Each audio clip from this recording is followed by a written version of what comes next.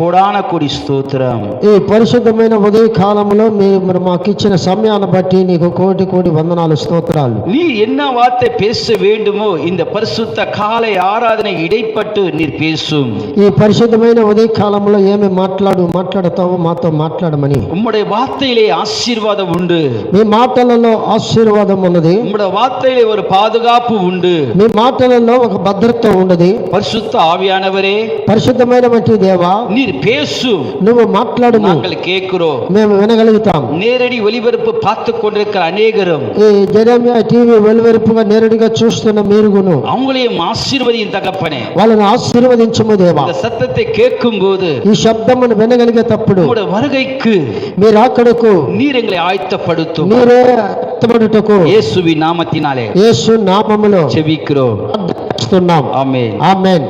கிறிஸ்துவுக்கு பிரியமானவர்களே, క్రీస్తునందు ప్రియమైన వారలారా, இந்த பரிசுத்த காலை ஆராதனையிலே ఈ పరిశుద్ధమైన ఉదయకాలపు ఆరాధనలో நீதிமொழிகள் 21 அதிகாரத்தை நாம் திருப்பிக் கொள்வோம். సామెతల గ్రంథము 21వ అధ్యాయం మనము తిప్పుకుందాం. இந்த நீதிமொழிகள் சாலமான் எழுதிய வசனங்கள் என்று சொல்லப்பட்டிருக்கிறது. ఈ సామెతల గ్రంథము సొలొమోను యొక్క జ్ఞానముతో రాయబడినటువంటి మాటలు. தாவீது மகனாகிய சாலமான் இந்த நீதிமொழிகள் எழுதியிருக்கிறது நாம் பார்க்கின்றோம். దావీదు కుమారుడు అంటే సొలొమోను గారు ఈ యొక్క సామెతల గ్రంథమును రాసినాడని మనం గమనిస్తుంటున్నాం. இன்று 21 அதிகாரத்தை நாம் திருப்பிக் கொள்வோம். 21వ అధ్యాయాన్ని మనము తిప్పుకుందాం. அந்த 21 அதிகாரத்திலே అక్కడ 21వ అధ్యాయములో அங்கே 31 வசனத்தை நாம் பார்க்க போகிறோம். అక్కడ 31వ వచనాన్ని మనం గమనిస్తున్నాం. இந்த 31 வசனத்தை நாம் பார்க்கும்போது ఈ 31వ అధ్యాయం మనము చూసేటప్పుడు குதிரைகள் யுத்த நாட்களுக்கு ஆயத்தமாக்கப்படும். యుద్ధములను గురించి గుర్రములను అన్నారు. హల్లెలూయా. హల్లెలూయా. கிறிஸ்துவுக்கு பிரியமானவர்களே, క్రీస్తునందు ప్రియమైన వారలారా, இந்த 31 வசனத்தை நாம் பார்க்கும்போது 31వ అధ్యాయాన్ని మనం గమనించేటప్పుడు யுத்தத்துக்கு குதிரைகள் ஆயத்தமாக்கப்படலாம்.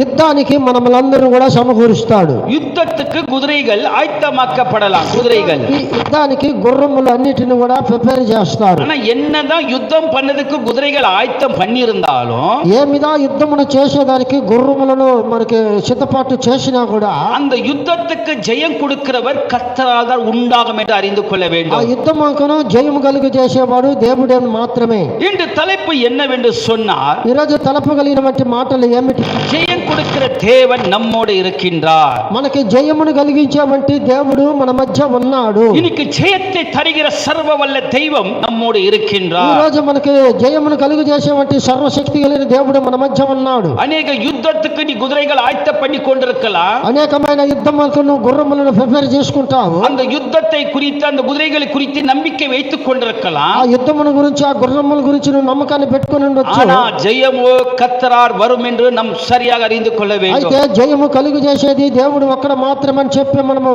విశ్వసించాలి. கிறிஸ்துவுக்கு பிரியமானவர்களே, క్రీస్తునందు ప్రియమైన వారలారా, இந்த காலை வேளையிலே ఈ ఉదయకాలపు సందర్భంలో தலைப்பு வசனமாக తలపు మాటగా ஜெயம் கர்த்தரால் வரும்.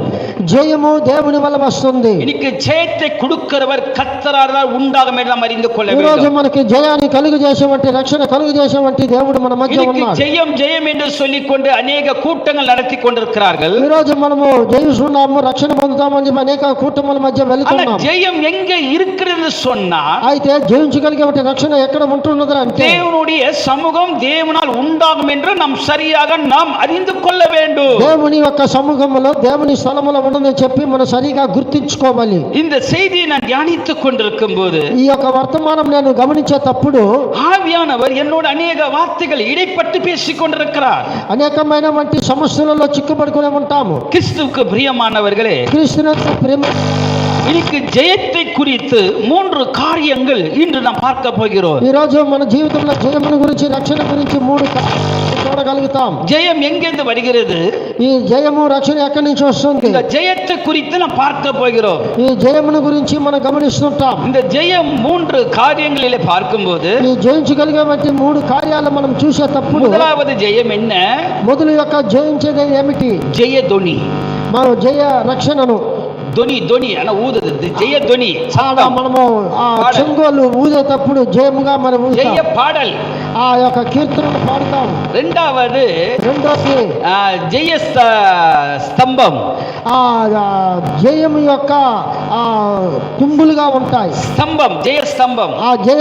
ఆ స్తుంబులుగా ఉంటాయి. மூணாவது మూడవది ஜெய பலன். జయము యొక్క బలం.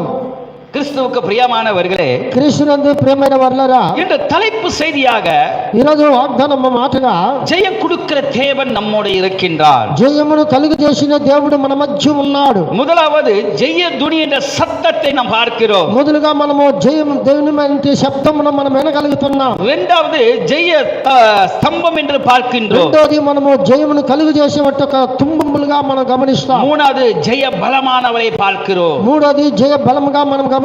இந்த மூன்று காரியங்களிலே பார்க்கும்போது ఈ మూడు కార్యాలు మనం చూసేటప్పుడు இன்னைக்கு ஜெய துணி நம்ம உதிக்க வேண்டும். ఈ రోజున మనము జయము యొక్క ఆ ధ్వని మన మధ్య వినిపించగలగాలి. ஜெய துணி எங்க இருக்கிறது என்றால் ఆ ఏంటంటే தேவ சமூகத்திலே தேவனை துதித்து தேவனை ஆராதிப்பதுதான் ஜெய துணி என்று சொல்லப்பட்டிருக்கிறது. దేవుని సమూహములో దేవుని స్తుతించడము, దేవుని మహిమపరచడం వల్ల జయ ఆ యొక్క ఆ రక్షణను దేవుని సంఘములో కనపడుతుంది. அது மட்டுமல்ல, అది మాత్రమున కాదు, இன்னைக்கு ஜெய துணியை நம் தேவனை அடிமைத்தனத்தில் நம்மை விடுவித்ததுக்காக நம்ம தேவனை துதித்து பாடுவதே ஜெய துணியா இருக்கின்றது. ఈ రోజు దేవుని యొక్క సంఘములో మనము దేవుని స్తుతించడములో జయముగా మనకు కలుగు చేస్తుంది. அதுதான் நமக்கு வெற்றி வருகிறது.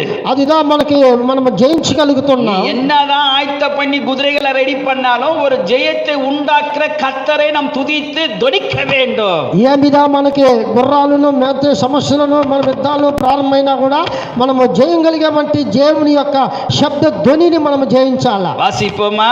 గమనిద్దాం. முதலாவது குறிப்பு, మొదటి మాటను யாத்ராகம் 32 அதிகாரத்தை நாம் திருப்பிக் கொள்வோம். నిర్గమకాండము 31 అధ్యాయం గమనిద్దాం. இந்த யாத்ராகம் 32 அதிகாரத்திலே నిర్గమకాండం 32 அதிகாரத்திலே 32 అధ్యాయంలో இந்த 17 வசனத்தை நாம் பார்க்க போகிறோம். నిర్గమకాండము 32 17 18 వచనం చూద్దాం. இங்கே யாத்ராகம் 32 அதிகாரம் 17வது 18 வசனத்தை பார்க்கும்போது 32 17 18 చూసేటప్పుడు ஜனங்கள் ஆரவாரம் பண்ணிறது யோசுவா கேட்டு ప్రజలు పెద్ద కేకలు వేయిచుండగా యెహోషువ యుద్ధధ్వని విని மோசேவை நோக்கி మోషేతో అనగా பாளையத்தில் யுத்த இரைச்சல் உண்டாயிருக்கிறது என்றார். అతడు అది జయము కాదని ఆ ప్రజల మధ్య కాదా సంగీతములను ధ్వని నాకు వినబడుచున్నది అనేను. நல்ல கவனிப்போம். బాగా గమనియండి. 17 వசனத்துல யோசுவா என்று ஒரு தேவதாசன் இருக்கிறாரு. 17 అధ్యాయంలో యెహోషువ అని ఒక దైవజనుడు ఉన్నాడు. மோசே இடத்துல சொல்லுகிறார், మోషే దగ్గర చెప్తున్నాడు. மோசே இடத்துல சொல்லுகிறார், మోషేతో చెప్తున్నాడు యెహోషువ. அவரை நோக்கி சொல்லுகிறார், మోషేను చూసి చెప్తున్నాడు, ஜனங்கள் ஆரவாரம் பண்ணுகிற ஒரு சத்தத்தை நான் கேட்கிறேன் ஐயா. జనాల మధ్య చాలా గంభీరముగా ఉన్నటువంటి ఒక శబ్దాన్ని నేను ஒரு వినగలుగుతున్నాను. பெரிய கூட்டம் போட்டு ஒரு ஊர்வலம் பண்ணுகிற ஒரு சத்தத்தை நான் கேட்கிறேன் என்று யோசுவா மோசே இடத்துல சொல்லுகிறார். ఒక పెద్ద కూటమి ఉంది, జన సమూహం ఉంది, ఆ సమూహంలో నేను శబ్దం వినబడుతుందని చెప్పి యెహోషువ మోషేతో చెప్తున్నాడు. அப்ப மோசே சொல்லுகிறார், అప్పుడు మోషే అంటున్నాడు அந்த 18வது వசனத்துல 18 అధ్యాయంలో, அது ஜெயத்வனி இல்ல, అది జయధ్వని కాదు, வெட்டி தருகிற கூட்டம் இல்ல, అది నిలబడే ఒక గుంపు కాదు, என்ன ஸ்டேஜ் போட்டு என்ன கிஃப்ட் கொடுத்தா அந்த ஜெயத்தை உண்டாக்குற இடம். ఏమి స్టేజ్ వేసి ఏమి గిఫ్ట్లు ఇచ్చినా కూడా జయధ్వని యొక్క శబ్దం కాదు. இன்னைக்கு அங்க ஓட்டப்பந்தயம் எல்லாம் போட்டி வைத்தா ஜெயம் உண்டாக்க அது இல்ல. ఈరోజు నువ్వు ప్రయాణంలో వెళుతుంటావు, చేస్తావు, మరి గిఫ్ట్ను సంపాదించుకోవాలనుకుంటావు, కానీ అది కాదు. அந்த வசனம் சொல்லி இருக்கிறது, బైబిల్ చెప్పబడుతుంది. அது யோசுவா சொல்லுகிறார், యెహోషువ చెప్తున్నాడు, ஐயா అయ్యా இது ஒரு பெரிய சத்தமா இருக்கிறது, ఇది ఇది ఒక పెద్ద ఒక శబ్దముగా ఉంది. நல்ல கூட்டம் யுத்தம் பண்ணுகிற சத்தமா இருக்கிறது. మంచి కూటమి ఉంది, జనాలు యుద్ధం చేసే వాళ్ళు ఉన్నారు. ஆனா மோசே சொல்றாரு, అయితే మోషే చెప్తున్నాడు, இது ஜெயம் கொடுக்கிற சத்தம் இல்லையா, ఇది జయం కలిగి చేసేది దేవుడు మాత్రమే. ஜெயத்தை உண்டாக்குற மாதிரி கத்துறாங்க. జయాన్ని కలుగు చేసే వాళ్ళుగా అరుస్తున్నారు. ஆனா அங்க சொல்றாரு, అయితే చెప్తుంది, மோசே சொல்றாரு, మోషే చెప్తున్నాడు, இது ஜெயத்துவனி அல்ல, ఇది జయధ్వనికి కాదు, కానీ ஆனா அபாயமாகிய சத்தமும் இல்ல, ఆ ప్రజల మధ్య అపాయం కలిగి చేసే శబ్దం కూడా కాదు, ஆனா பாடலின் சத்தையா. అయితే పాటలు పాడే శబ్దం. எங்க பாடு, என்ன பாட்டு அது, ఎక్కడ పాడాల పాట, என்ன பாட்டுயா, ఏం పాట? யோசுவா சொல்லுகிறார், యెహోషువ చెప్తున్నాడు, ஐயா ஆரோவரமான ஒரு சத்தத்தை ஒரு கூட்ட மீட்டிங்கை நான் பார்க்கிறேன் ஐயா. అయ్యా ఆరువరమైనట్టు ఒక శబ్దం, ఒక మీటింగ్ నేను చూస్తున్నాను. அந்த சத்தம் யுத்த இரைச்சலா இருக்கிறது. ఆ శబ్దము యుద్ధానికి కలుగు చేసే వంటి వారికి ఉన్నారు, కానీ ஆனா மோசே சொல்றாரு, వెంటనే మోషే చెప్తున్నాడు, இது ஜெயதோனி இல்ல, ఇది జయం కలిగించేసి కాదు, அது மட்டும் இல்ல, అది మాత్రం కాదు, ஒரு பயத்தை உண்டாக்குற சத்தம் இல்ல, ఒక భయాన్ని కలుగు చేసే శబ్దం కాదు, ஒரு பாடலை உண்டாக்குற சத்தம். అయితే ఒక గీతాన్ని సమీపింపేటువంటి కీర్తనగా அது పాడుతుంది. என்னையா சத்தம், అదేం శబ్దం? என்னையா சத்தம், ఏం శబ్దం? நல்ல கவனிப்போ. బాగా గమనిద్దాం. அந்த பாடல் சத்தம் எப்படிப்பட்ட சத்தம், ఆ యొక్క పాటల యొక్క శబ్దం ఎలా ఉంటుంది? ஜெயத்தை உண்டாக்க பாடல் இல்ல, జయాన్ని కలుగు చేసేటువంటి పాట కాదు. அப்ப என்ன பாடல் பாடி இருக்கிறாங்க, అప్పుడు ఏం పాట పాడారు? என்ன கூட்டத்தை வச்சிருக்கிறாங்க, ఏం కుటుంబం, ఏమి జనాలను పెట్టుకొని ఉన్నారు, என்ன கூட்டத்தை வச்சு ஜனங்களை ஏமாத்துறாங்க. ఏమి యొక్క గుంపును పెట్టుకొని జనాలను ఏమారుస్తున్నారు. மோசே சொல்றாரு, మోషే అంటున్నాడు. எடுத்தவர்கள் వాసిப்போ. గమనిద్దాం. அந்த யாத்ராகம் 32 அதிகாரத்துல ఆ నిర్గమకాండం 32 అధ్యాయంలో அங்கே 1வது வசனம் சொல்லி இருக்கிறது, అక్కడ 1వ అధ్యాయం చెప్పబడుతుంది. மோசே மலையில இறங்குவது தாமதித்த போது, మోషే కొండ దిగకుండా తడుము చేయుట கொஞ்சம் லேட் ஆயிடுச்சு. కొంచెం లేట్ అయిపోయింది. 40 நாள் தேவனிடத்துல இருந்தாரு. 40 రోజులు మోషే దేవుని కాడ ఉన్నాడు. ஆனா இந்த இஸ்ரவேல் ஜனங்கள் மோசே வருது தாமதித்து கண்டு, ఇశ్రాయేలు ప్రజలు మోషే వచ్చేది లేట్ అవుతుందని చూసి ஆரோனிடத்துல போயிட்டு ఆరోను దగ్గర పోయి, கூட்டம் கூடி, ఆరోను దగ్గర జనాలు కూడి, எகிப்து தேசத்திலே எங்களை அழைத்து கொண்டு வந்த இந்த மோசே எங்கே, ఐగుప్తు దేశంలో నుండి మమ్మల్ని తోడుకొని వచ్చినట్టు మోషే ఏమాయినో. இந்த వచనத்தை கொஞ்சம் மிஸ் ஆச்சுன்னா உங்களுக்கு புரியாம போயிடும். ఈ అధ్యాయం మనం మిస్ అయిపోతే వినపడలేము. இன்னைக்கு தலைப்பு என்ன, ఈరోజు మాట ఏమిటి? ஜெயம் கர்த்தரால் வரும். జయం దేవుని వలన కలుగుతుంది. ஆனா இந்த மோசே சொல்லுகிறா, మోషే చెప్తున్నాడు, இந்த பாடல் ஜெயத்தை உண்டாக்குற பாடல் அல்ல. ఈ యొక్క గుంపు వారు జయాన్ని కలుగు చేసే కూటం కాదు, గుంపు కాదు. அதுதான் 1ஆம் வசனத்திலே மோசே வருவது தாமதித்த போது, అదిదా మోషే వచ్చేదానికి లేట్ చేశాడు. எங்க எகிப்து தேசத்துல கொண்டு வந்த மோசே எங்கப்பா, అక్కడ ఉన్నటువంటి జనాలు ఐగుప్తు దేశంలో మమ్మల్ని తీసుకొచ్చినట్టు మోషే ఏడి? அங்கே ஆரோனிடத்துல கேட்கிறார்கள், ఆరోను దగ్గర గుంపు అడుగుతున్నారు, எங்களுக்கு முன் செல்ல தெய்வங்களை உண்டாக்கியா, మాకు ముందు కనిపించేవంటి ఒక దేవతను మాకు కనిపించు, எங்களை கொண்டு போனோம், మమ్మల్ని దేశం పోవాలా, கானா தேசத்துக்கு கொண்டு போனோம், కానాన దేశానికి తీసుకుపోవాలా, எகிப்துல எங்களை விடுவித்த தேவன் எங்க, ఐగుప్తులో నుంచి మమ్మల్ని విడిపించేదానికి ఏ దేవుడు ఉన్నాడు? மோசே காணமே, మోషే కాండ్రాలా, இப்போ எங்களை கொண்டு போக, எங்களை கானான் தேசத்துக்கு சேர்க்க தேவர்களை உண்டாக்கும் என்று ஆரோனை தொல்லை பண்ணி கொண்டே இருக்கிறார்கள். ఆరోనును ఆ గుంపు వారు చాలా ప్రోత్సహించబడుతుంది, మమ్మల్ని ఐగుప్తు దేశానికి తీసుకుపోయేదానికి మాకు ఒక దేవుడు కావాలని. நல்ல கவனிப்போ. బాగా గమనిద్దాం. ஆரோன் யாருன்னு சொன்னா, ఆరోను ఎవరు అంటే மோசேவுடைய சகோதரன். మోషే యొక్క సహోదరుడు. நல்ல கவனிப்போ. బాగా గమనిద్దాం. மோசே ஆரோனிடத்தை சொல்லிட்டு போறாரு, మోషే ఆరోను దగ్గర చెప్పి పోతుండు, நான் எகிப்து தேசத்துல ஜனங்களை கொண்டு வந்தப்பா, ఐగుప్తు దేశంలో నుంచి జనాలు తీసుకొచ్చాను, ஆராதித்து தேவனை துதிக்கவே நான் கொண்டு வந்திருக்கிறேன், ఆరాధించాలా స్థుతించాలని చెప్పి ఆడ ఆ దేశంలో నుంచి మోషే கானா తీసుకొచ్చాడు, தேசத்துக்கு கொண்டு வந்த. కానాను దేశానికి இப்போ తీసుకొచ్చాడు. அந்த தேசத்துக்கு போக இன்னும் நேரம் நிறைய இருக்குது. ఇప్పుడు ఆ దేశానికి పోవాలంటే చాలా సమీపంలో ఉన్నాయి. அதனால ஆண்டவர் என்ன கூப்பிட்டு இருக்கிற மேல, అది దేవుడు నన్ను పిలిచాడు. 40 நாள் பாஸ்டிங் கூட இருக்கிறேன், 40 రోజులు ఉపవాసం ఉన్నా, இந்த ஜனங்களை பார்த்துக்கோன்னு சொல்லிட்டாரு. ఈ జనాలు చూసుకున్నాడు. ஆனா இந்த ஆரோனு అయితే ఈ ఆరోను என்ன தெரியுமா பண்ணாரு, ఏం చేశాడు? பெரிய பிரச்சனை பண்ணிட்டாரு. పెద్ద సమస్య కలిగి చేశాడు. அது என்ன பிரச்சனை, అదేం సమస్య? என்ன போராட்டம்? ఏం పోరాటము? கிறிஸ்துவுக்கு பிரியமானவர்களே, క్రీస్తునందు ప్రేమైన వారలారా, நல்ல கவனிப்போ. బాగా గమనిద్దాము. இங்கே ஆரோன் அந்த ஜனங்களை நோக்கி ఇలా ఆరోను ఆ జనాలను చూసి நான் என்ன செய்ய வேண்டும் என்று கேட்கிறாரு. నేను ఏమి చెయ్యాలని అడుగుతున్నాను. அது இஸ்ரவேல் ஜனங்கள் சொல்றார்கள், అయితే ఇశ్రాయేల్ జనాలు చెప్తున్నారు, நாங்கள் முன்னே செல்ல எங்களுக்கு தேவர்களை உண்டாக்கும், మేము ముందు నడిచేదానికి మాకు ఒక దేవతని మాకు చెయ్యి, தேவர்களை உண்டாக்கும், మా దేవుళ్ళను ఉత్పత్తి చెయ్యి, எங்களை கொண்டு போனோம். మమ్మల్ని వేసుకుపోవాలా. மோசே தேவையில்லை.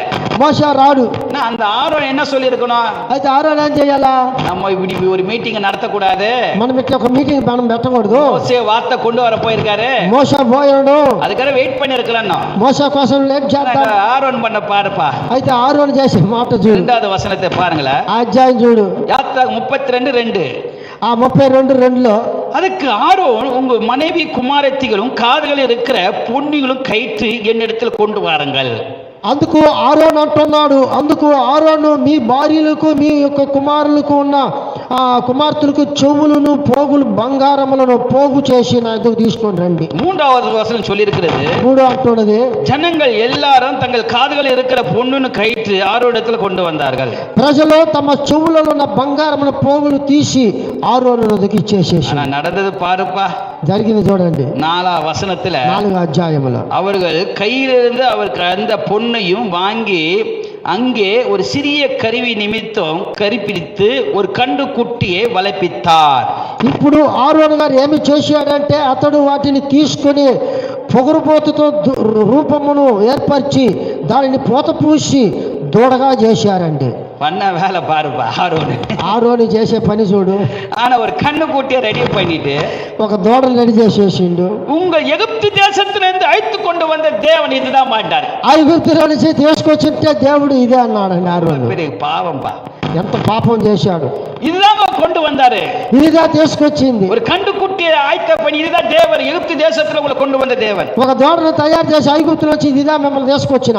5வது వசனத்தை பார்த்து சொல்றாங்க, 5వ అధ్యాయం చూసి చెప్తుంది, ஆரோன் அதை பார்த்து ఆరోను అది చూసి முன்பாக ஒரு பலிபீடத்தை கட்டி, దాని ఎదుట ఒక బలిపీఠమును కట్టించాడు. அந்த கண்டு குட்டிக்கு முன்பாக பலிபீடத்தை கட்டி మరియు ఆ యొక్క బలిపీఠం మధ్య ఒక దూడను కట్టేసి கர்த்தருக்கு பண்டிகை கொண்டாடணுமா, దేవునికి పండగ ఆచరించాలా.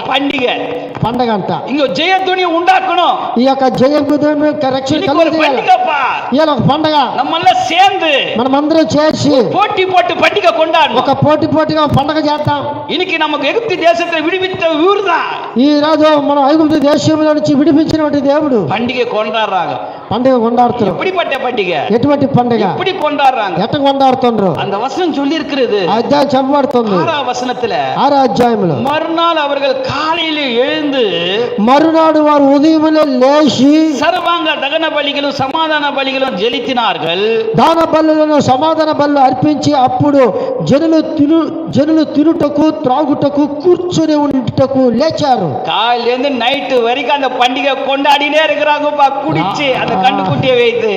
రాత్రి నుంచి తెల్లవారి వరకు వాళ్ళు తాగి తందనాలు చేసుకుని ఆ పండుగను ఆచరిస్తుంటారు. நான் பண்டிகை கொண்டாடுறேன், నేను పండుగను ఆచరిస్తున్నా, ஜெயம் உண்டாகணும், మాకు జయం కలగాల, கொண்டு போனது இதுதான், మమ్మల్ని తీసుకుపోయేది ఇదిదా, எகிப்து தேசத்துல விடுவித்த தெய்வம் இதுதான். ఐగుప్తు దేశంలో మనం విడిపించినటువంటి ఇదిదా. கொண்டாடுறாங்க ఎలా కొండాడుతున్నారు, రోడ్లలో.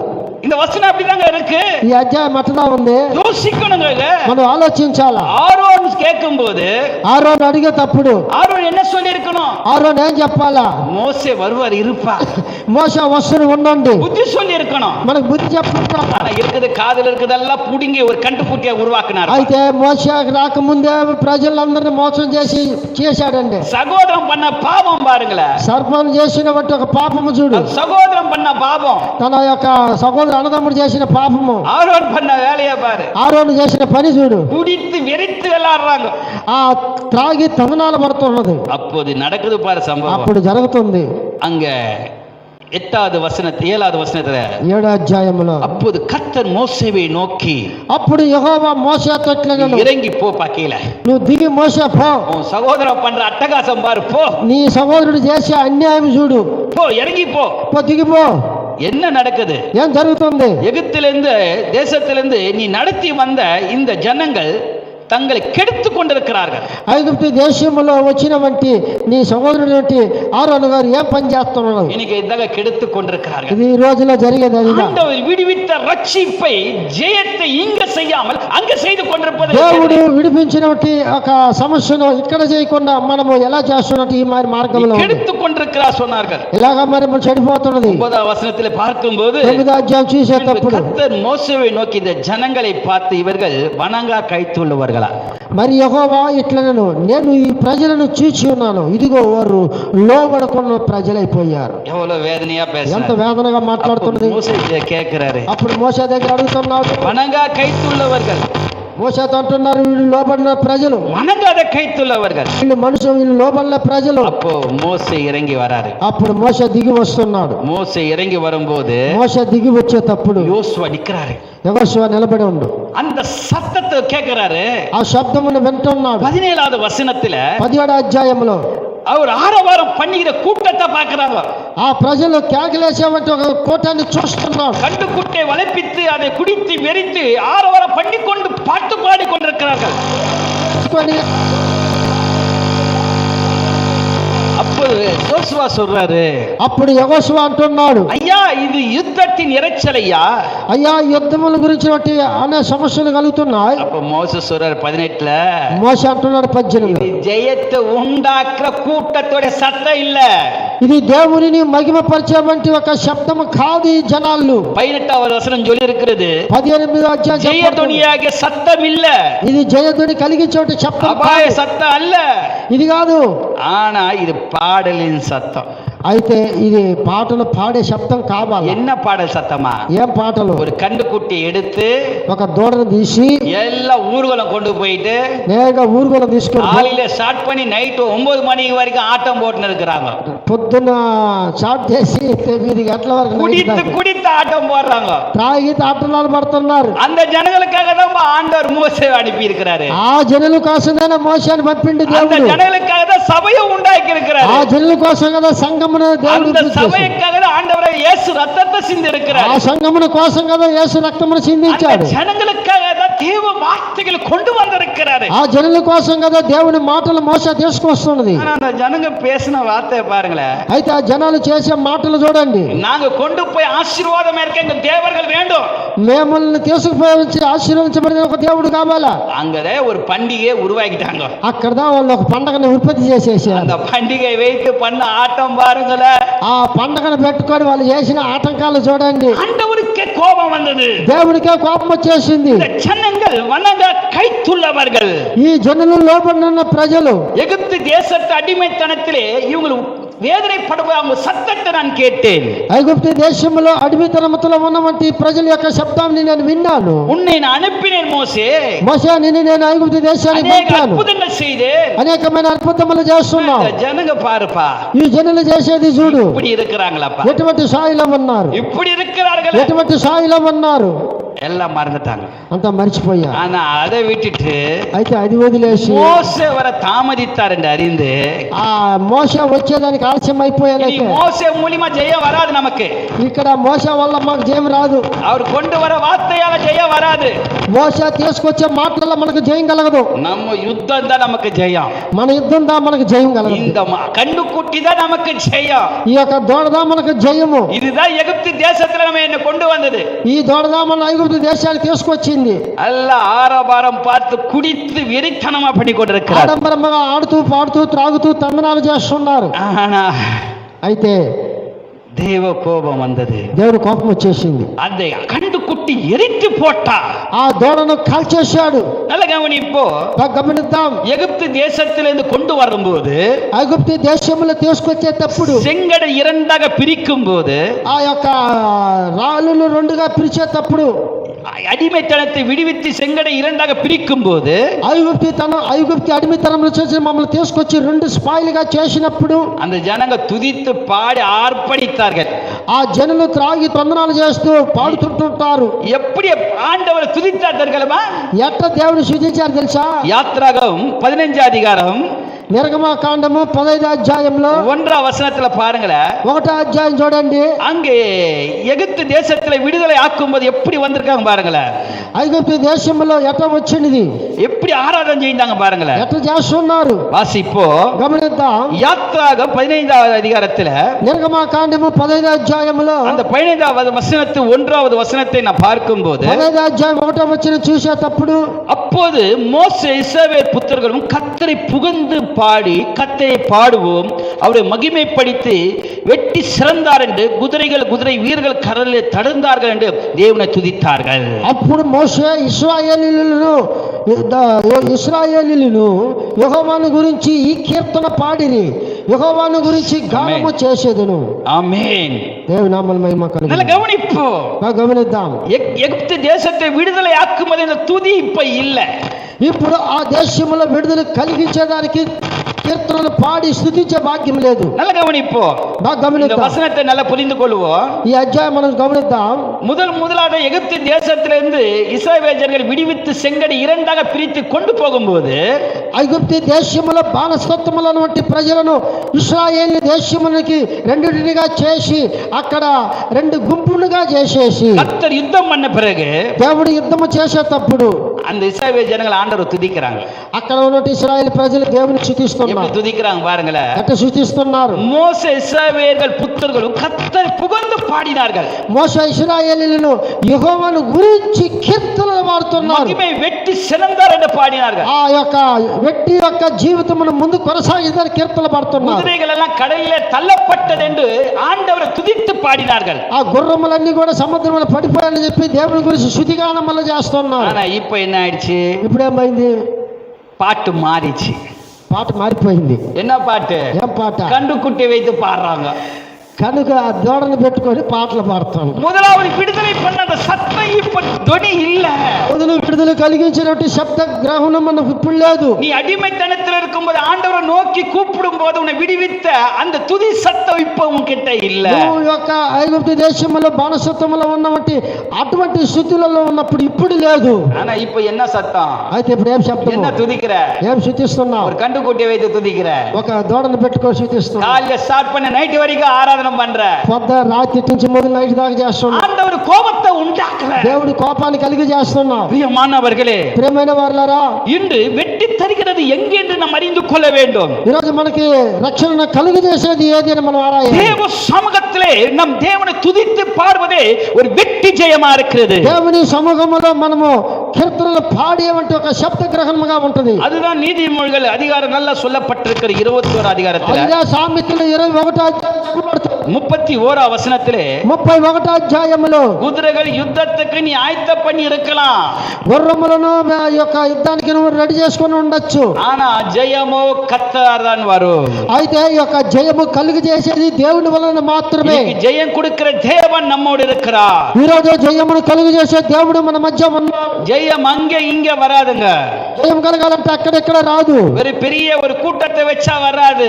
ఒక గుంపును పెడితే రాదు. போட்டி வச்சா வராது. పోటీలు పెట్టుకుంటే రావు. நீ போட்டியில ரன்னிங் போட்ட அவன் தான் ஜெயத்தை பெற்றன்னு சொல்ல முடியாது. నువ్వు పోటీలలో రన్నింగ్ లో వాడుదా గెలిచాడని చెప్పడం మాలదు. பண்டிகையில நீ என்ன செஞ்சாலும் அது வெற்றி இல்ல. పండుగలలో నువ్వు ఏమి చేసినా నీకు రక్షణ కాదు. தேவ சமூகத்துக்கு வரணும். దేవుని సమూహముకు రండి. என் குதிரைகள் நிறைய இருக்கு. నా గుర్రములు చాలా ఉన్నాయి. இந்த குதிரையை வச்சு நான் யுத்தம் பண்ண போறேன். నా గుర్రములు పెట్టి యుద్ధం చేస్తా. கூட்டத்தை வச்சு நான் ஜெயத்தை பெறுவேன். ఒక గుంపును పెట్టుకొని నేను జయిస్తా. கூட்டம் சேர்க்கிறது பெருசு இல்லையா? గుంపును చేర్చేది పెద్దది కాదు. வெற்றி வருதையா பெருசு.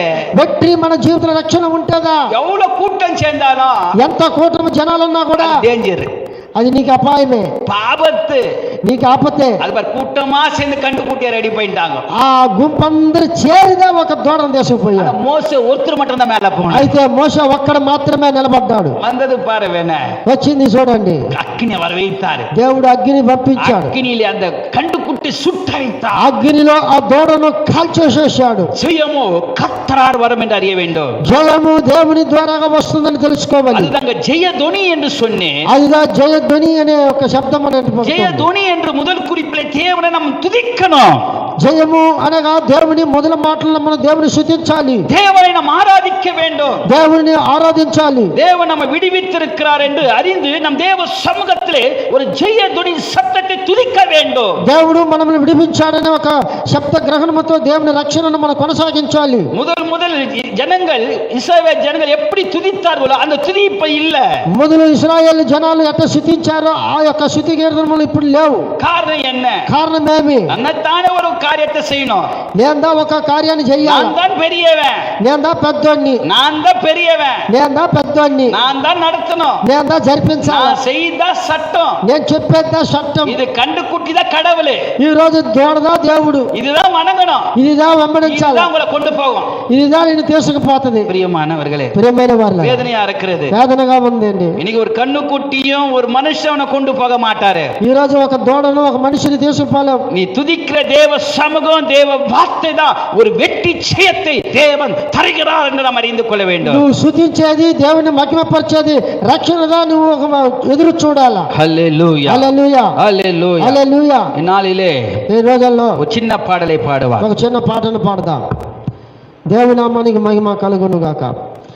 யார் உன்னை கைவிட்டாலோ இயேசு கைவிட மாட்டார், கைவிட மாட்டார், கைவிடவே மாட்டார், கைவிடவே மாட்டார்.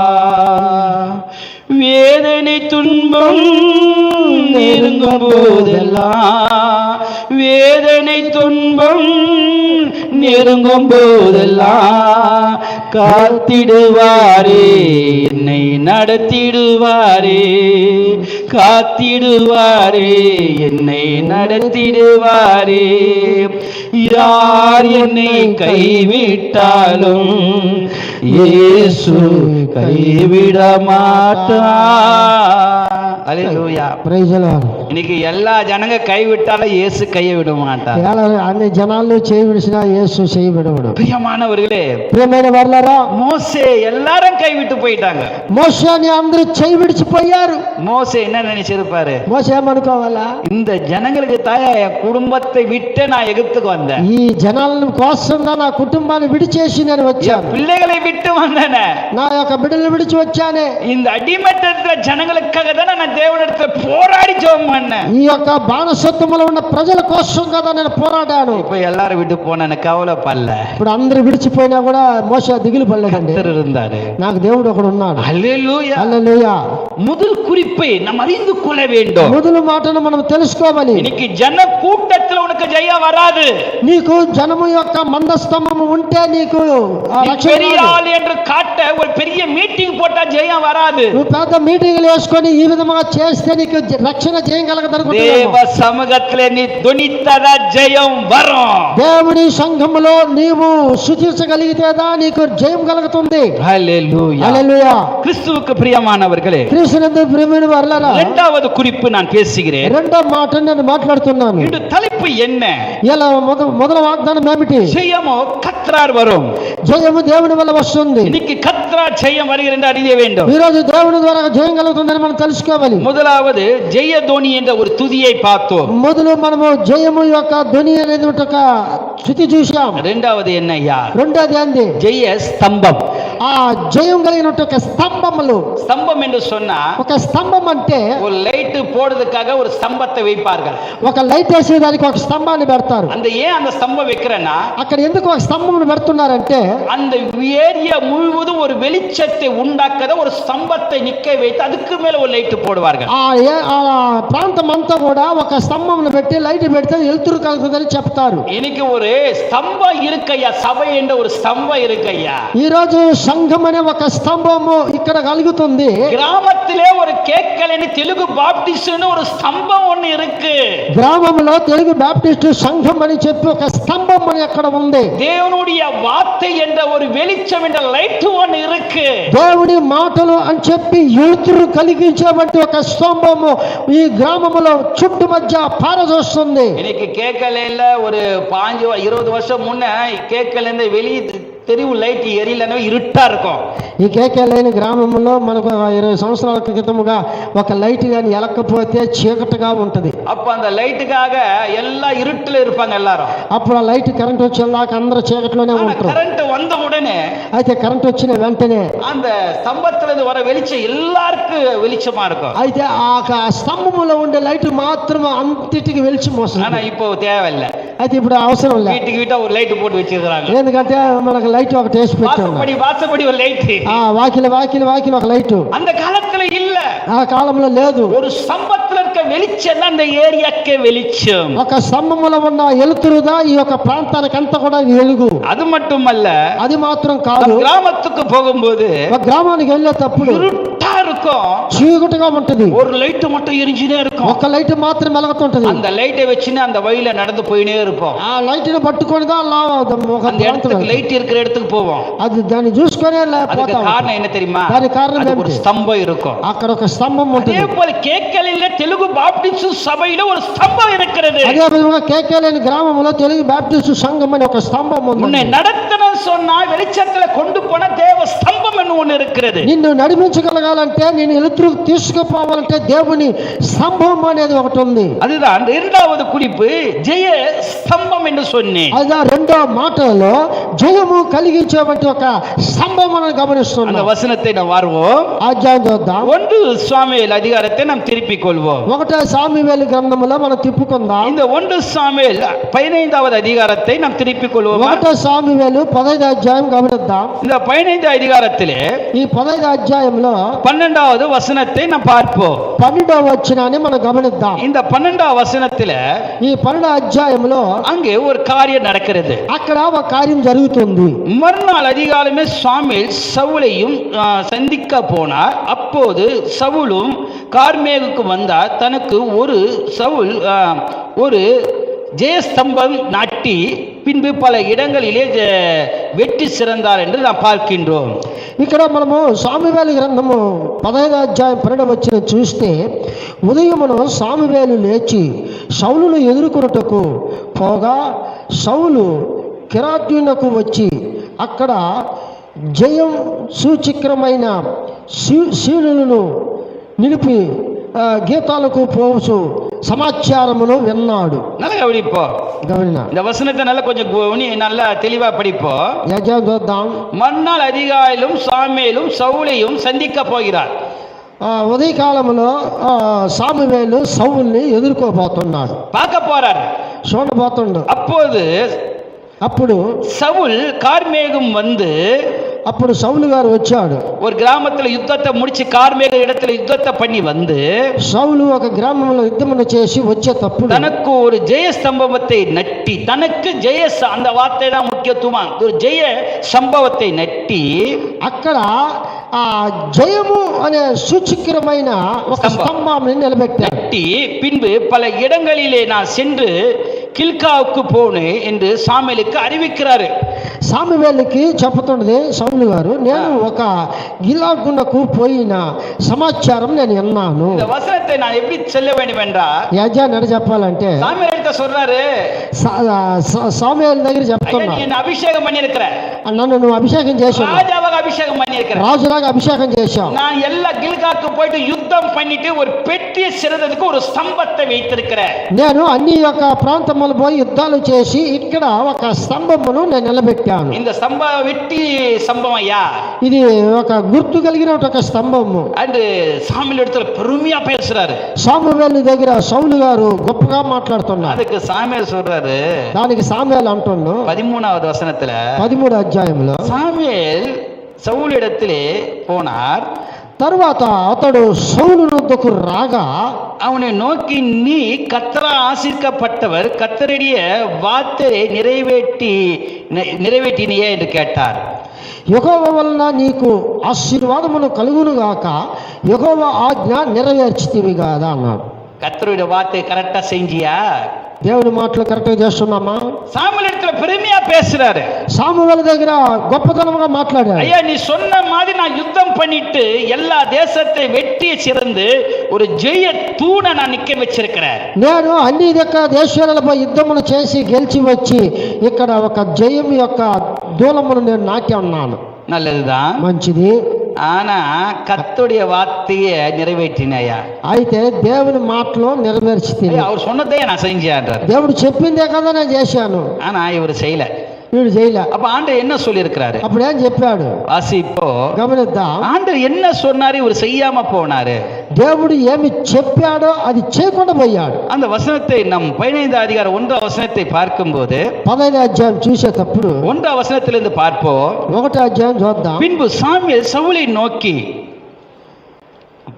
1 சாமுவேல் 15 அதிகாரம் 1 வாசிப்போம். 1 సాముయేలు 15 1 వచనం చూస్తున్నాం. பின்பு சாமுவேல் சவுலை நோக்கி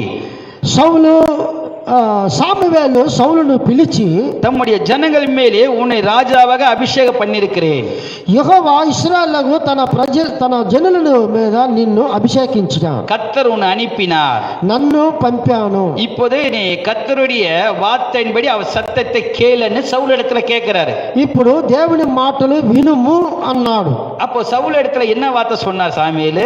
అప్పుడు సౌలు దగ్గర ఏం చెప్పాడు? சேனைகள் கர்த்தர் சொல்லுகிறது என்னவென்றா, ఆ యొక్క జయము కలుగు చేయమంటే మాటలు ఏమిటంటే, சாமுவேல் தேவன் பேசுறாரு சவுல் இடத்துல. ఆ యొక్క సామువేలు దగ్గర దేవుడు సౌలు దగ్గర ఇద్దరు సంభాషణ చేసి మాట్లాడుతున్నారు. என்ன பேசுறாரு தெரியுமா? ఏం మాట్లాడుతున్నారు? இஸ்ரவேல் எகிப்து தேசத்துக்கு வந்தபோது ఇశ్రాయేలీయులు ఐగుప్తు దేశమునకు వచ్చేటప్పుడు அமலேக்கியர் அவருக்கு வைமறித்து செய்கையை மனதிலே வைத்திருக்கிறீர்கள். అమలేకీయులను ఇశ్రాయేలీయులకు చేసినది నాకు జ్ఞాపకంగా ఉన్నది. వారు ఐగుప్తుల నుండి రాగానే అమలేకీయులను వారికి విరోధులైన మార్గమందు వారి మీదకి వచ్చింది కదా. கைது செய்தார்கள், உனக்கு தெரியும். వాళ్ళు చేశారని మనం గమనిస్తాం. 3 వచనத்தை சொல்றாரு. 3 అధ్యాయం చెప్పబడుతుంది. இப்போ நீ போய் அமலேக்கா மடைக்கடித்து, కాబట్టి నీవు పోయి కనికరపడి అమలేకీయులను யுத்தம் பண்ணன்றாரு. అమలేకీయులను అంతము చేయొచ్చు. அவனுக்கு உண்டான எல்லாவற்றையும் சங்கரித்து, పురుషులను స్త్రీలు అందరిని కూడా పంపిన పిల్లల యూదులనేమి గుర్రములేమి ఒంటెలేమి అన్నిటిని కూడా అంతం చేయి. எல்லாம் வெட்டு, అంతం చేయి. ஒண்ணுமே இருக்க கூடாது, ఏమీ ఉండకూడదు ஆண்டவர் சொல்றாருன்றாரு. దేవుడు చెప్తున్నాడు. அப்போது இவர் என்ன தெரியுமா பண்றாரு? అప్పుడు ఏం చేస్తున్నాడు? சவுல் 4வது వచనத்துல సౌలు 4వ అధ్యాయం அப்போது சவுல் அதை ஜனங்களுக்கு தெரியப்படுத்தி ஆனா 2 லட்சத்துக்கு மேலான யூதர்களும் 14 பேர் கொண்டு போனார்கள். అంతటా సౌలు జనులను పోగు చేసి తుమాయలలో వారి లెక్కలను పెట్టగా கொண்டு போன யுத்தத்துக்கு கொண்டு போனார்கள். 2 లక్షల మంది యూదులు వారు 10,000 మంది నుండి அந்த யுத்தத்துக்கு கொண்டு போனார்கள். 2 లక్షల మందిని యుద్ధానికి తీసుకుపోయారు. அந்த சொன்ன மாதிரியே கொண்டு போய் அவங்கள சங்கரிக்க போனாரு. వాళ్ళు చెప్పినట్టుగా చేస్తున్నారు. நடந்த சம்பவம் பாருங்களேன். జరిగే సంఘటన చూడండి. 9వ వచనத்துல நடந்தது பாரு. 9వ అధ్యాయం జరిగింది. சவுல் ஜனங்களையும் அழுகையும் ஆடு மாடுகளும் முதலியானவைகள் 2 தரமானவைகளும் ஆட்டுகளை அழித்துப்பட மனதில்லை அவருக்கு. సౌలు జనులను కూడి అక్కడ ఉన్న గుర్రములను ఎడ్లను కొవ్విన గొర్రెలను మొదలైన వాటి అన్నిటిలో ముంచి వాటి నిర్మూలమును చేయుచుండగా அழித்து போட முடிய మనసు வரல. మనసు రాలేదండి. ஆண்டவர் என்ன சொன்னாரு? దేవుడు ఏం చెప్పిండు? எல்லா அமலேக்கியர்க இருக்குதல் அழித்து போடு, అంతా ఉన్నయన్ని నువ్వు తీసేసేయి. ஒண்ணுமே இருக்க எல்லாம் யுத்தம் பண்ணி எல்லாம் செத்து இருக்கணும்னு சொன்னாரு. ఒకటి కూడా మొత్తం నాశనం చేసేయి. ஆனா இந்த 9వ వచనத்துல 9వ అధ్యాయం சவுல் ஆசை ஆடு மாடுகள் எல்லாம் பார்த்து ஆசை வந்துடுச்சு. సౌలు గారికి ఏమైపోయిందంటే అన్ని చూసి చాలా ఆశ వచ్చింది. எல்லாம் ஆசை வந்துருச்சு. సౌలుకి అంత ఆశ యుద్ధం பண்ணாரு, యుద్ధం చేశాడు, சில பேரை மட்டும் வெட்டினாரு, సగం మందిని తీసేశాడు. ஆனா சில பேரை மட்டும் தன்னுடைய కంట్రోల్ கொண்டு வந்தாரு. సగం మందిని సౌలు కంట్రోల్ ஆடு తీసుకొచ్చాడు. மாடுகள் எல்லாம் தன்னுடைய కంట్రోల్ கொண்டு வந்தாரு. గొర్రెలు మేకలు మొత్తం ஆசை வந்துருச்சு. ఆశ వచ్చేసి ஆண்டவர் சொன்ன வார்த்தையை మறந்துட்டாரு. దేవుడు చెప్పిన మాట మర్చిపోయింది సౌలు. ஆனா என்ன நடந்தது தெரியுமா? అయితే ఏం జరుగుతుంది? இது கொண்டு வந்து வீட்டுக்கு கொண்டு வந்து சேர்த்தாரு எல்லா யுத்தத்துல. ఈయన తీసుకుపోయి అంతా తీసుకొచ్చి యుద్ధంలో చేసుకొచ్చాడు. ஜெய ஸ்தம்பத்தை வச்சிட்டாரு. ஆண்டவர் சொன்னது போல நான் ஜெயத்தை பெற்றுன்னு ஒரு ஸ்தம்பத்தை வச்சிட்டாரு. అక్కడ జయం కలిగి చేసే ఒక దుమ్మును ఒక స్తంభాన్ని పెట్టాడు. இப்ப ஆண்டவர் பேசுறாங்க. ఇప్పుడు దేవుడు మాట్లాడుతున్నాడు. 10వ వచనத்துல அப்போது கர்த்தருடைய வார்த்தை சாமுவேலுக்கு உண்டாகி, దేవుని మాటలు సామువేలు அவர் சொன்னார், చెప్తున్నాడు, நான் சவுலை ராஜாவாக்கினேன். నేను సౌలుని రాజుగా చేశాను కదా. 13వ వచనం சொல்லி இருக்குது பாரு. 11వ వచనం சொல்லி இருக்கிறது, நான் சவுலை ராஜாவாக்கினேன். సౌలు నన్ను నన్ను వెనుక తీయక ఆజ్ఞలు గైకొ. 11 అయ్యా 11. நான் ராஜாவாக்கினேன், నేను సౌలు గారిని రాజుగా చేశాను, ஆனா எனக்கு మనస్తాపமா இருக்கிறது. నాకు మనసు వేదనగా அவன் ఉంది. என்னை விட்டு திரும்பி నన్ను విడిచి వేరైపోయాడు, என் வார்த்தை நிறைவேற்றாம போனார். నా మాటలు నెరవేర్చకుండా పోయాడు. எனக்கு தலைப்பு அதுதான். ఈరోజు అదే, ஒரு ஸ்தம்பத்தை வச்சிட்டாரு, ఒక స్తంభమును పెట్టేసిండు. ஆண்டவர் எனக்கு ஜெயத்தை கொண்டு வந்தார் என்று ஒரு ஸ்தம்பத்தை சாமியில் எதிர ஒரு ஸ்தம்பத்தை வைத்தாரு. దేవునికి జయం కలిగించాలని ఒక స్తంభమును పెట్టాడు. ஆனா இவர் வார்த்தை நிறைவேற்றலையே. అయితే దేవుని మాట నెరవేర్చలా. ஆண்டவர் என்ன சொன்னார்? దేవుడు ఏమి చెప్పాడు? எகிப்து தேசத்துல ஜனங்களை கொண்டு வரும்போது இவங்க வேதனைப்படுத்தினார், இவங்க ஒருத்தர் இருக்காமல் பிள்ளைகளோட எல்லாரும் மடிந்து போகணும்னு சொன்னாரு. ఐగుప్తు దేశంలో అందరినీ శతమతను చెయ్యాలని ஆடு చెప్తే, மாடுகள் எல்லாம் மடித்து போகணும்னு ఆ சொன்னார். గొర్రెలు మేకలు అన్ని కూడా విడిచిపెట్టాలంటే, ஆனா இவரு செய்யல, అయితే చేయలే. பாதியை மட்டும் அப்படியே கொண்டு வந்துட்டாரு. సగం తీసుకొచ్చేసి ஆனா ஆண்டவர் இடத்துல பேசுறாரு. దేవుడి దగ్గర మాట్లాడుతున్నాడు. அவன் செஞ்ச காரியம் பாரியா, వాడు చేసిన కార్యం ఏంటి? வார்த்தை நிறைவேற்ற. నాకు వేదన కలిగించింది. அப்போதான் என்ன நடக்கு தெரியுமா? అప్పుడుదా ఏం జరుగుతుంది? ஆனா அந்த வார்த்தை சொல்றாரு, நிறைவேற்றாமல் போனான். నా మాటలు నెరవేర్చుకుని పోయాడు. சாமுவேல் மனம் நொந்து, ఆ சாமுவேல் மனம் நொந்து ఆ సామువేలు హృదయం కంగారు పడిపోయాడు. ஆழ்முழுதும் கர்த்தரை நோக்கி అప్పుడు సామువేలు దేవునితో చూసి స్తుతించాడు. ஏன்னா சாமியால தானே அபிஷேகம் பண்ணாரு. సామువేలు ద్వారాగానే సౌలు గారు అభిషేకం చేసుకున్నాడు. ஆனா இவன் வார்த்தை இவ்வளவு சொல்லி கேட்கலையே. నేను ఇంత మాట చెప్పినా కూడా సౌలు వినలేదు. எல்லாரும் சங்கரிக்க சொன்ன பாதி வீட்டுக்கு கொண்டு வந்துட்டாரு. అంతా నాశనం చేయని చెప్తే సగం ఇంటికి తెచ్చుకోండి. அப்ப நேரம் காலையில எழுந்து போறாரு. అప్పుడు నేరుగా పొద్దునే இப்ப పోతుంది. இந்த வசனம் உங்களுக்கு புரியும் பாரு. అప్పుడు ఆ అధ్యాయం చదువుతుంది. இப்ப அந்த 12வது வசனத்துல ఈ 12 అధ్యాయం மறுநாளில காலையில சாமுவேல் சவுலை சந்திக்க போறார். ఆ అధ్యాయం చూసి ఉదయమునే సామువేలు లేచి సౌలు దగ్గరికి పోతున్నాడు. అప్పుడు సౌలు కార్మేకు வந்து ఎదుర్కొని అక్కడికి వచ్చి తనకు ஒரு జయ స్తంభத்தை కట్టారు. అక్కడ జయం కలిగిన సూచిక ఒక స్తంభాన్ని నిలబెట్టాడు. இவர் என்னமோ நல்ல ஆண்டவர் சொன்ன வார்த்தை நிறைவேற்றும் போது ஒரு ஜெய ஸ்தம்பத்தை கட்டி வச்சிருக்கிறாரு. ఈడేమో దేవుడు చెప్పినట్టు మాటలుగా ఒక జయం స్తంభాన్ని కట్టి పెట్టాడు. ஆனா சாமுவேலுக்கு தெரியும், సామువేలుకి తెలుసు. அவர் காலையில வந்து పొద్దున్నే ஸ்தம்பத்தை இப்படி பாக்குறாரு, పెద్ద ఆ స్తంభాన్ని చూస్తాడు. சவுல் சொல்றா, అప్పుడు సౌలు చెప్తుండు, இப்போ வார்த்தை விடுறாரு பாருங்களேன். ఇక్కడ చూడండి, பல இடங்களிலே சென்று கில்காக்கு போனே சாமுவேலுக்கு அறிவிக்கிறாரு. కొన్ని ప్రాంతములను పోయి నేను యుద్ధాలకు పోయాను. 13వ వచనం சொல்றாரு. 13 చెప్తుంది, சாமுவேல் சவுலிடத்திலே போனார். సౌలు రాగా సౌలు యెహోవా சவுலை நோக்கி, సౌలుని చూసి, கர்த்தரால் ஆசீர்வதிக்கப்பட்டிருக்கிறப்பா, నువ్వు దేవుని వలన ఆశీర్వదించబడ్డావు, கர்த்தருடைய வார்த்தை நிறைவேற்றினாயா. దేవుని మాటలు నెరవేర్చావు. அதுக்கு அவன் சொல்றான் பாருங்களேன். దానికి సౌలు అంటున్నాడు చూడు. அதுக்கு சாமுவேல், అందుకు సామువేలు, அப்படியானால் என் காதுகள் வீகிற ஆடு மாடுகள் சத்தெல்லாம் கேக்குதே, అయితే నువ్వు పొద్దున ఉన్న మేకల గొర్రెలు శబ్దాలు వినపడుతున్నాయే, எங்க இருந்து தூக்கின்னு வந்த அந்த ஆடு மாடுகளை నువ్వు ఎక్కడి నుంచి తీసుకొచ్చిన వీటిని? ஹல்லேலூயா. హల్లెలూయా. இந்த தலைப்பின் குறிப்பு நான் என்ன என்று சொன்னா, ఈ తలపు మాటలు ఏమిటంటే, இன்னைக்கு ஒரு ஜெயத்தை உண்டாக்குன ஆண்டோடைய வார்த்தையின்படி செய்யாதாங்க ஜெயம். ఒక జయము కలిగించాలంటే దేవుని మాటలు నెరవేర్చడం వల్లదా మనకు జయం. இன்னைக்கு ஜெய ஸ்தம்பத்தை நிக்க வைக்க முடியும். అప్పుడుదా మనం జయ స్తంభమును దుమ్మును నిలబెడతాం. இன்னைக்கு ஜெய ஸ்தம்பத்தை வைத்து ஆனா வார்த்தையில உண்மை இல்லை. ఇక్కడ జయం కలిగిన ఒక స్తంభమును పెట్టుకుంటే మనకు దేవుని మాటలు నిజమైన మాటలు లేవు. இந்த வார்த்தை வசனத்தை பாருங்களேன். ఈ మాటల అధ్యాయం చూడండి. ஆனா அந்த சவுல் வந்து ஆடு மாடுகள் எல்லாம் கொண்டு வந்து வீட்டுல சேர்த்து வச்சிருக்காரு ఆశையில. అయితే సౌలు గారు ఏం చేశాడంటే అన్నిటిని కూడా తీసుకొచ్చి తన ఇంటి దగ్గర పెట్టుకున్నాడు. ஒரு ஸ்தம்பத்தை கட்டினாருப்பா. ఒక స్తంభాన్ని కట్టాడు. நான் ஜெயத்தை உண்டாக்கினேன், నేను జయం కలుగు చేశా, நான் ஜெயத்தை உண்டாக்கினேன், నేను జయాన్ని కలుగు చేశా, கர்த்தர் வார்த்தையின்படியே செஞ்சேன். నేను దేవుడి మాటల ప్రకారంగా చేశా. ஆனா சாமுவேல் நல்லதுதான், సరే చేయడం మంచిది, நீ ஆசீர்வதிக்கப்பட்டவன் தான், నువ్వు ఆశీర్వదించబడ్డా, அபிஷேகம் பண்ணப்பட்டவன் నువ్వు தான், అభిషేకించబడ్డా, கர்த்தருடைய வார்த்தை நிறைவேற்றினியப்பா. దేవుని మాటలు నెరవేర్చావా? முழுக்கிறான். సౌలు కంగారు పడుతుండు. ஒரு சத்தம் கேக்குதான்ற சாமுவேல், ఒక శబ్దమును మాత్రమే సామువేలు విన్నాడు. ஆடு மாடெல்லாம் சத்தம் கேக்குதே, ఆ గొర్రెలు మేకలని శబ్దం వస్తున్నాయి. எங்க இருந்து கூட்டிட்டு வந்த நீ?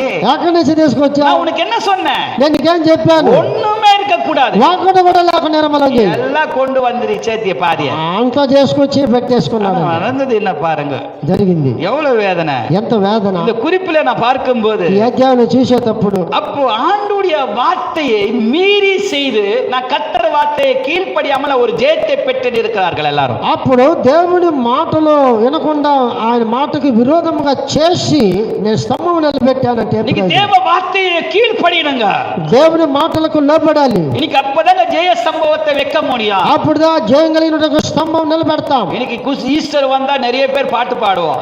ఈ రోజు ఈస్టర్ వస్తే చాలా మంది పాటలు పాడతారు. ஜெயம் ஜெயம் ஜெயம் ஜெய ஜெய சம்பவம்னு பாடுவோம். జయం జయం జయం జయం అని యేసు యూదా రాజు ఉయిర్ తేందని జయమని పాడుறோம். యేసు రాజుగా లేచాడు అని చెప్పి పాటలు జయం పాడతాం. జయమని పాడుறோம். జయతోని పాటలు పాడతాం. நல்லதுதான், మంచిదే. வார்த்தையை கேட்டியா, మాటలు విన్నావా, வார்த்தையின்படி சம்பவத்தை வைத்தியா, మాటల ప్రకారంగా స్తంభం నిలబెట్టావా.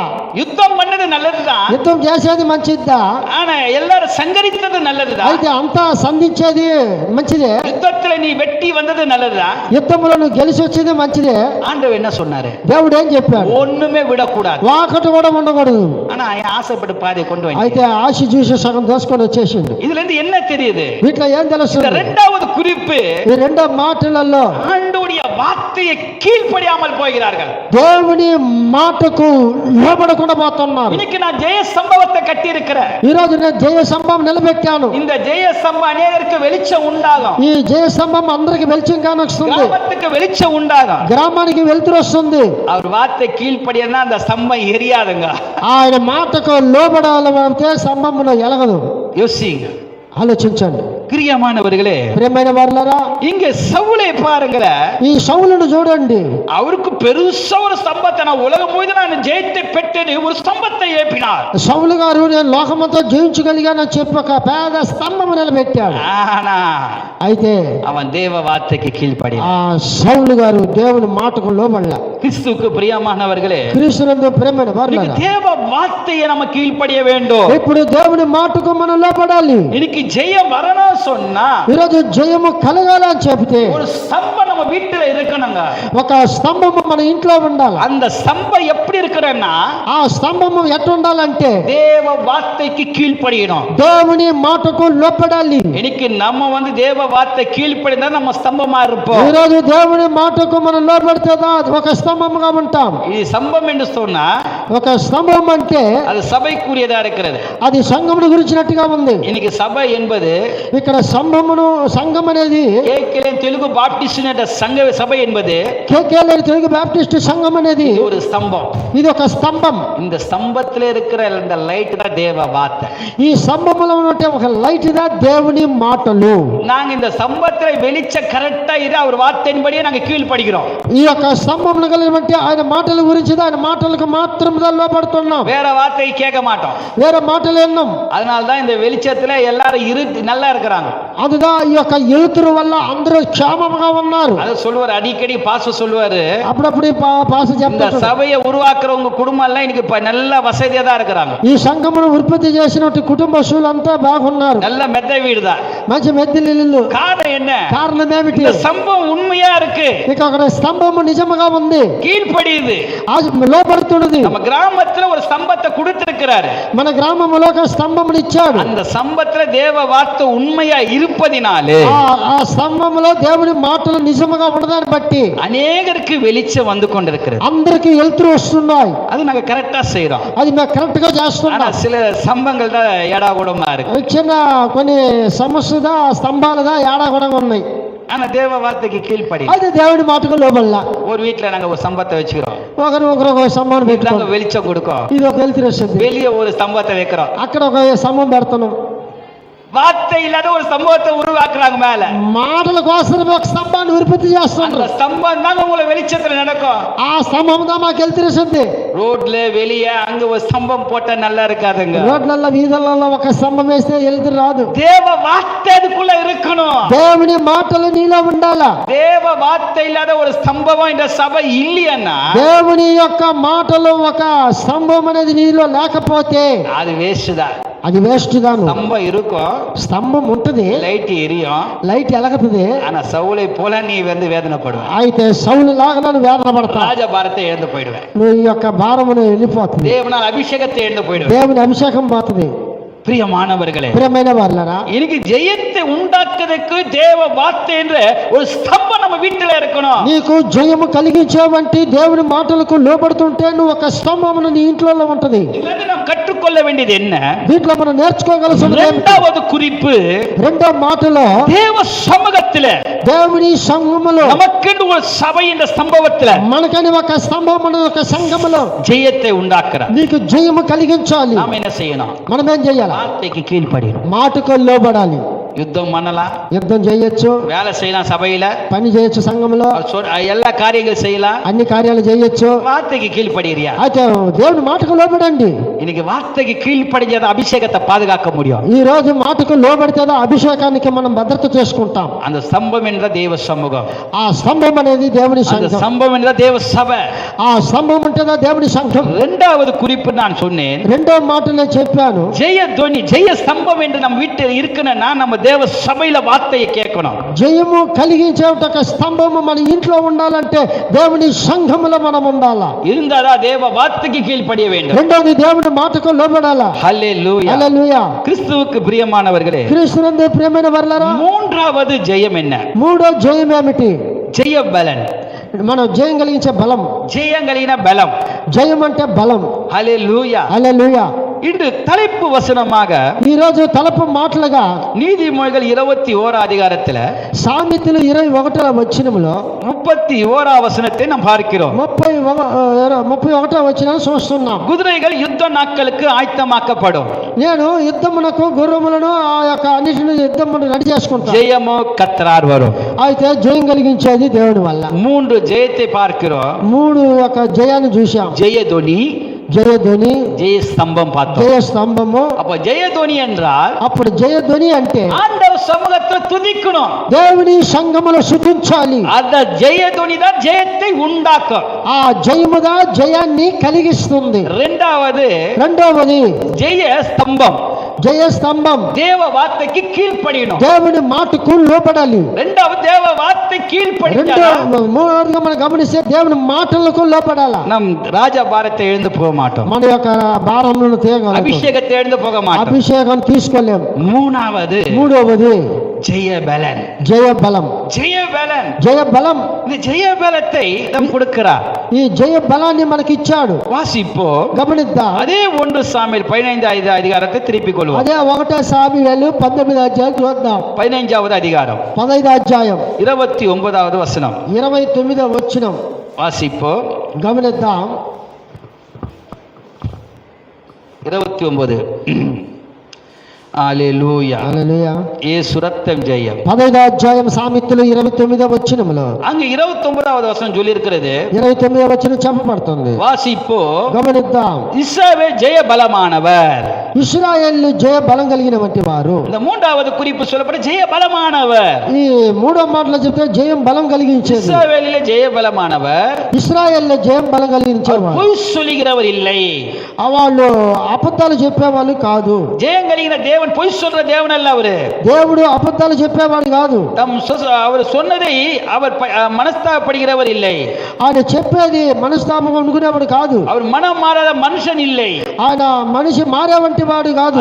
కారణం என்ன தெரியுமா? దాని కారణం ఏమిటి? இந்த 26 వచనத்துல ఈ యొక్క 26వ అధ్యాయములో அதே 15 அதிகாரம் 26வது வசனத்துல సామెతలు 15:26 వచనములో சாமுவேல் சவுலை பார்த்து நான் உன்னோட கூட திரும்பி வருவதில்லை.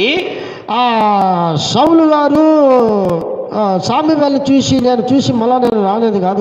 ராஜபாரத்தை போய் அவர் சொல்லிட்டாரு, நீ தேவ சித்தத்தை நீ கீழ்ப்படியாம போயிட்ட, నువ్వు దేవుని మాటకు నువ్వు లోబడిపోయావు, రాజభారం పనిచేస్తున్నది. அப்போ அங்க சாமுவேல் சவுலை பார்த்து சொல்றாரு, நான் உன்னிடத்தில் திரும்பி வர, இனிமே என்னை கூப்பிட்டால நான் வரமாட்டேன். సౌలు గారు సామెవేలు అంటున్నాడు, నువ్వు రాజభారం తీయబడుతుంది, అయితే నువ్వు పిలిచినా కూడా నేను రాను. கர்த்தருடைய வார்த்தை புறக்கணித்தாய், దేవుని మాటలు నువ్వు నిర్లక్ష్యమును చేశావు. நீ இஸ்ரவேல் மேல் ராஜாவாக இராதபடி கர்த்தர் உன்னை புறக்கணித்து தள்ளினார். నువ్వు ఇశ్రాయేలు యొక్క మాటలు నువ్వు ధిక్కరించావు. அதனால நீ ராஜாவா இருக்க தகுதி இல்லைன்னு தள்ளிட்டாரு. అయితే నువ్వు రాజుగా ఉండడానికి నీకు అర్హత లేదు.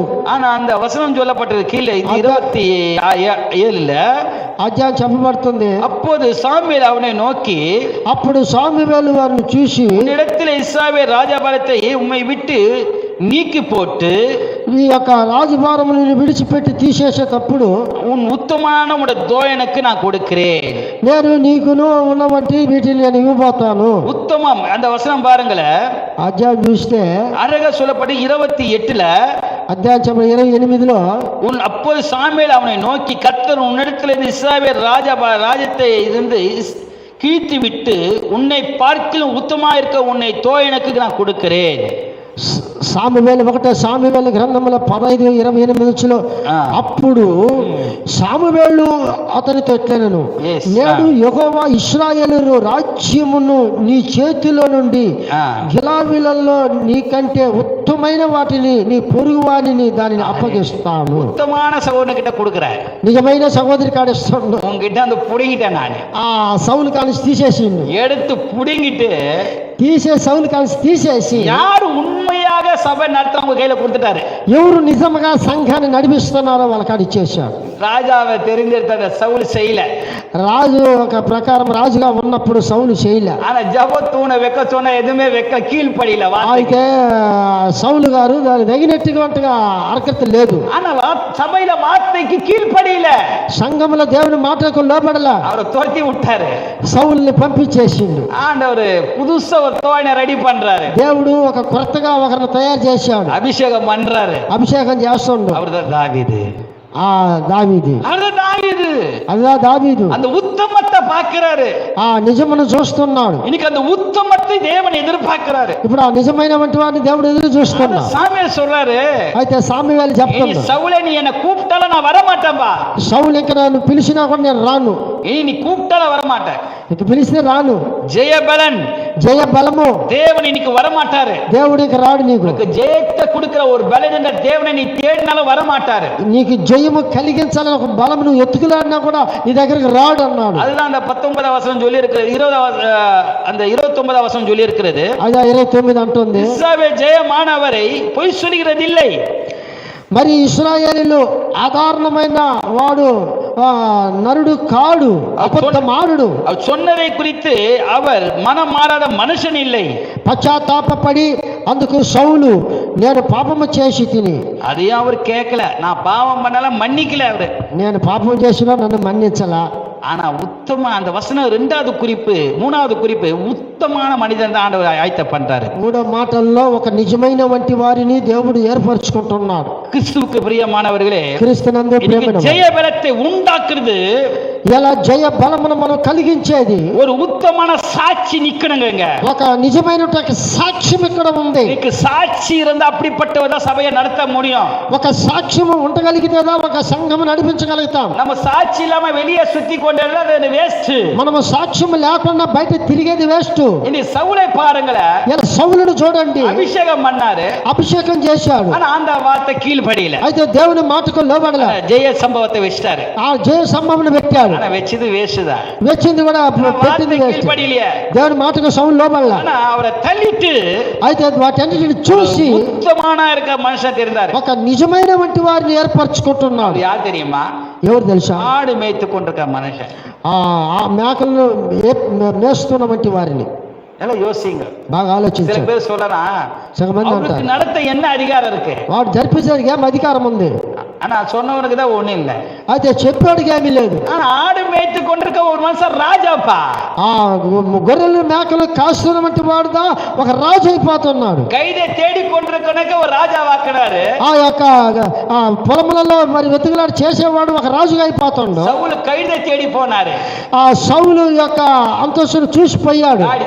கைதை தேடி போனாரு. సౌలు ఒక గాడిదని చూసిపోయాడు. அவரே ராஜா வாக்குனாரனா ఆ సౌలు ఒక రాజు చేశాడంటే ஆனா ஆடு தேடுகிற நாங்க అయితే మేకలు వెతుకుతున్న మేము எங்களை தேவன் அபிஷேகம் பண்ணாரு. దేవుడు అభిషేకించాడు. நல்லா கவனிங்களா, బాగా గమనియాలి. கழுதையை தேடி போன சவுல் ఆ గాడిదని ఎత్తుకులాడిపోయినటువంటి సౌలు ஆண்டவர் ராஜாவாக்குனாரு. దేవుడు వచ్చి సౌలు రాజు చేశాడు. வார்த்தை கீழ்ப்படியில, దేవుడి మాటకు సౌలు లోపడల. ஆனா ஆடு மேய்த்து கொண்டிருக்கிற ஒரு தாவீது, అయితే మేకలు గొర్రెలు కాస్తున్నటువంటి ఒక దావీదుని ஆண்டவர் ராஜாவாக்குனாரு. దావీదుని రాజుగా చేశాడు. இவனை தள்ளி. అవునండి. காரணம் என்ன? కారణం ఏంటి? வார்த்தையை கீழ்ப்படியில. మాటకు లోబడల. பிரியமானவர்களே, ప్రియమైన వారలారా, மூணாவது குறிப்பு நான் கற்றுக் கொடுக்கிறது என்ன? మూడో మాటలు మనం నేర్చుకోవాల్సింది ఏమిటి? இன்னைக்கு நம்முடைய உத்தமத்தை பார்க்கிறார் தேவன். ఏడో రోజు మనల్ని నిజ రూపమును చూస్తున్నటువంటి దేవుడు సాక్ష్య பார்க்கிறாரு. మన సాక్ష్యమును చూస్తున్నాడు. தாவீதை பாருங்களே, దావీదుని చూడండి. ஆடு மேய்த்து கொண்டிருக்கும்போது உத்தமத்தையும் கரெக்டா கவனித்தாரு.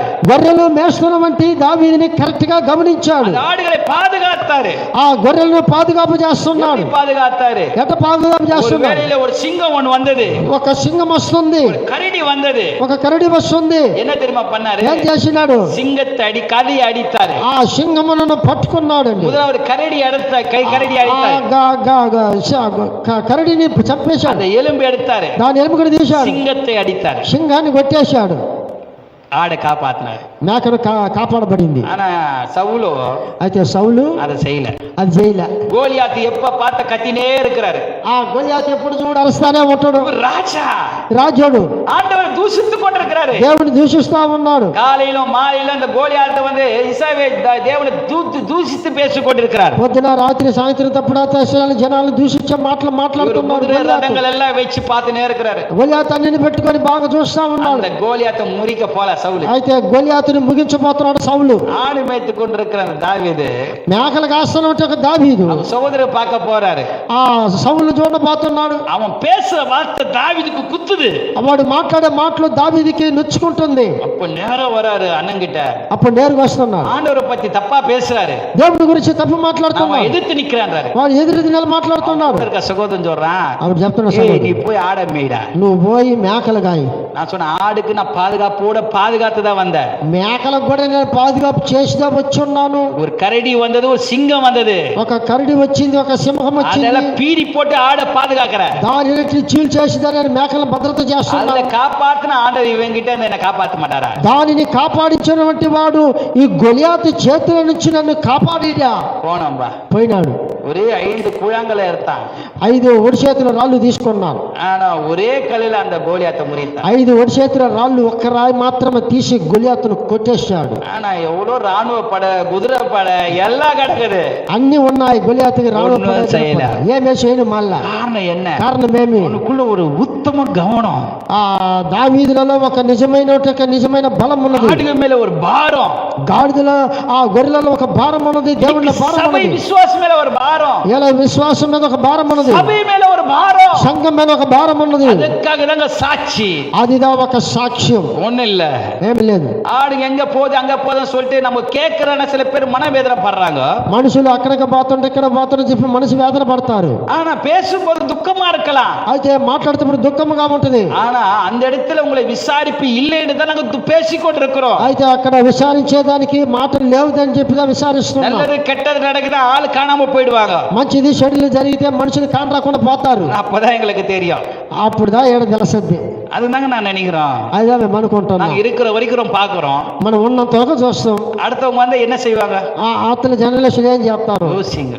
ఆలోచించాలి. நீ அலைந்து திரிகிற ஆடா இருக்க கூடாது நாங்க பிரயாசப்பட்டு கொண்டிருக்கோம். నువ్వు అక్కడెక్కడ తిరుగుతున్నటువంటి వాడు కాదు కూడా ఉండాలని చెప్పి మేము ప్రయాసం చేస్తాం. உத்தம ஊழியக்கான தேவன் ஆயத்தப்படுத்தி అదే నిజమైనటువంటి సేవకులు దేవుడు ఏర్పరచుకొని ఉన్నా. எல்லாரும் வந்து போயிட்டு தான் இருக்கிறாங்க. అందరూ వచ్చి தேவ சித்தம் இல்ல, அது దేవుడి చిత్తం లేదు. வராங்க, வார்த்தைக்கு கீழ்ப்படியாம போயிடுறாங்க. ఏదో వస్తున్నారు, దేవుని మాటకు లోబడుతున్నారు. தேவ வார்த்தைக்கு கீழ்ப்படிந்து செயல்படுறோம். మేము దేవుని మాటలకు లోబడి చేస్తున్నాం. ஏனென்றால் ఎందుకంటే அந்த ஆடு மேல கவனம். ఇక్కడ మేము మేకలను గొర్రెలను அதுதாங்க ஜெய பலனா இருக்கிறார். அதுதான் మన జయం బలం కలిగిస్తుంది. என்ன பிரச்சனை வந்தாலும், ఏమి సమస్యలు వచ్చినా కూడా, என்ன போராட்டம் வந்தாலும், ఏం పోరాటములు వచ్చినా కూడా, என்ன நடந்தாலும், అక్కడ ఏం జరిగినా కూడా எங்களுக்கு பலன், మాకు బలం, அதுதான் ஜெய பலன் கொடுக்கும். அதுதான் మాకు జయ బలం అనేది. ஜெய பலன் தான் தேவ ఆ வார்த்தை. జయ బలము దా మమ్మల్ని నడిపిస్తుంది. சாட்சி, మేమే సాక్షి. கிறிஸ்துவுக்கு பிரியமானவர். క్రీస్తునందు ప్రియమైన వారలారా, ஜெய பலன் என்றால் யாரு?